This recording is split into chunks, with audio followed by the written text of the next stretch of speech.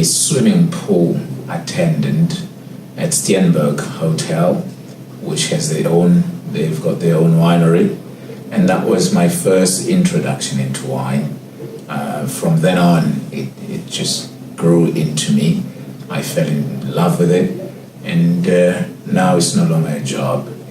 It's a lifestyle, really.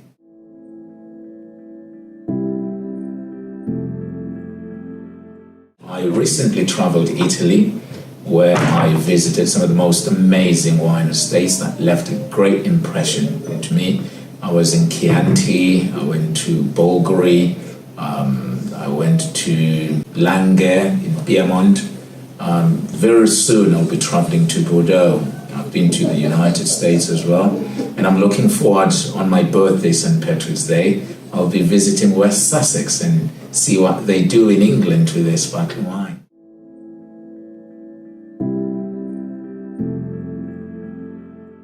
Well, we do quite a variety as far as wine is concerned, and one of them is crafting a winelands tour experience, and all of them are quite unique, and we try to take away the generic wine tasting experience that the guests can do themselves at a winery.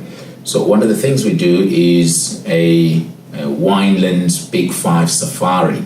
In a Big Five safari, no animals, no lions, rhinos whatsoever, but it's the major grape varieties in South Africa, which are your Sauvignon Blanc, your Chenin Blanc, Cabernet Sauvignon, Merlot, Shiraz, Pinotage. And guests get to go through the vineyards. We do a cellar tour, a vineyard tour, and it's a very rare, amazing experience where you're surrounded by Sauvignon Blanc grapes around you, or blocks of Sauvignon Blanc, and you get to taste Sauvignon Blanc right there, a wine made from that particular fruit. They can also do a cellar tour and a cellar tasting, so they get to taste wines from the barrel, wines not yet released that people have tasted, and get to sort of work on a projected lifespan of a wine. But one of my favorite is, everybody has a favorite wine, and people say, I like Bordeaux style blends. I like my Cabernet Sauvignon with Merlot and Cabernet Franc. And I take them through wineries. And in these wineries, they get to make their own wine. You get to blend your Cabernet Sauvignon, maybe 60% of it, with 20% Merlot, 10% Cabernet Franc, 10% Petit Verdot, and you get to taste it. The winemaker is there. Sometimes I get to be there to drive and guide the guest in the blending process. And if the guest is happy with what they've blended at the end, of course it's trial and error, they get to say, this is my favorite. I think right here I've blended the best wine I've ever tasted in my life. It doesn't end there. The winery bottles it for you. And you don't get the inconvenience of traveling with that wine. The winery can then arrange to send that wine into your address wherever you are in the world, and with no limitations in quantity. So it can be that one bottle, or it can be 12 cases.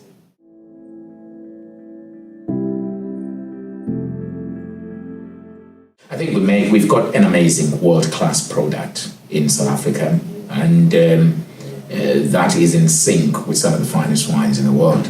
And we look at typicity and what we give. If you taste South African Cabernet Sauvignon, it's got some of the most amazing characteristics, and we look at the purity of fruit, the structure, the balance, the consistency, the tannins, and the fact that you get to enjoy this wine in its youth, with a beautiful fruit, accessible tannins, but it gets to age so well as well.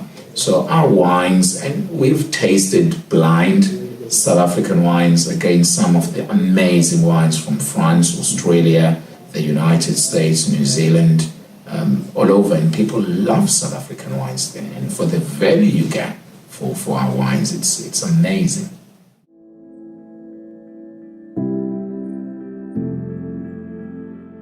We are the only country on earth where we've got wines made with the majestic view of two oceans. You've got the Indian Ocean and the Atlantic seaboard, and very high altitude, consistently cool climate. We don't have what the world is challenged with, which is difficult years. We consistently, year in, year out, have the most amazing vintages that just continues to get better every year.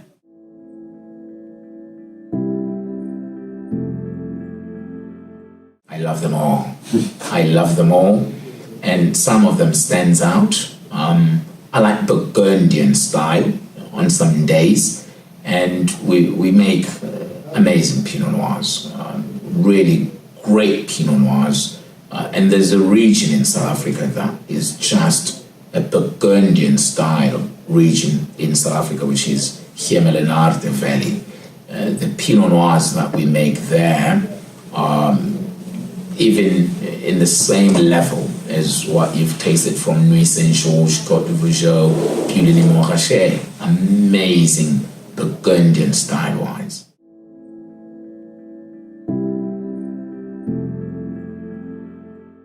There's still plenty. I mean, one of them will be Canon Cop.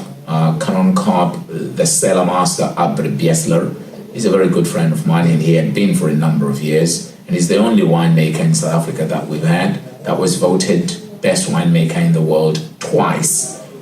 Guest gets to experience a vertical masterclass experience at the estate with him at the library, or they get to visit Warwick and get into a safari truck and drive through the vineyards. Jordan Wine Estate is next door as well. We've got the most amazing boutique exclusive wine farms open for the guests.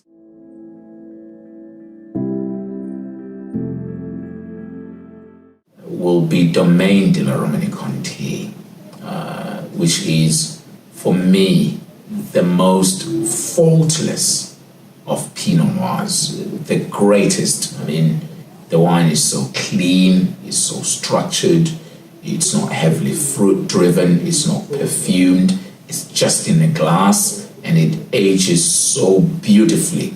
So from Burgundy, that's my ultimate wine. And in Italy, there's a winery I had the privilege to visit and taste wines from. It's in Gaiole in Chianti, called Castello di Ama.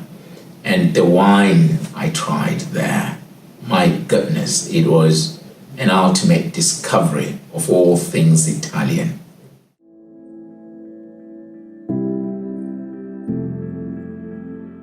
One of them is the Chef in the Vine series, which I host with the winemaker and the chef every month. Here we've got a culinary experience crafted around wine. We can always change an ingredient in the menu, but we can't change what's bottled. And winemakers are rock stars. They get to present their wines in their hotel to our guests in any of our restaurants every month. That's a unique experience where it's simplistic. It's a nice, pleasurable experience. It's one of them. The other one that we do is a cheese and wine tasting experience crafted for the guest in the hotel. I do those every single day in the afternoon for 2 hours with our guests. And these are not wines that I select for the evening. I always converse with the guests and try to understand what style appeals the most to them. What do they like? And I select wines according to that and take them through the journey. And each wine can taste similar to guests, but the stories the wine have are distinct and different, and people are touched with stories, and it is my responsibility then to bring these stories, share them with guests, and create an experience around them through wine. I also host tasting experiences in the hotel that are varietal or regional driven. And we call these Palate Intelligence Masterclass. So in this case, a guest will then say, all they like is Cabernet Sauvignon, nothing else, and they want to try South African Cabernet Sauvignons.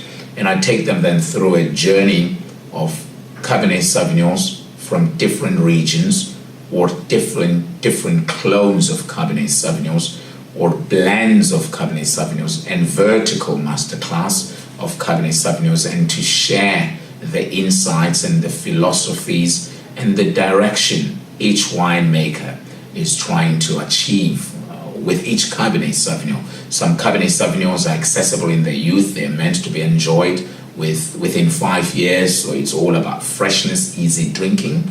And some are made more investment wines you can age for a very long time, and guests get to understand the difference from that particular style to that particular style. I love those too.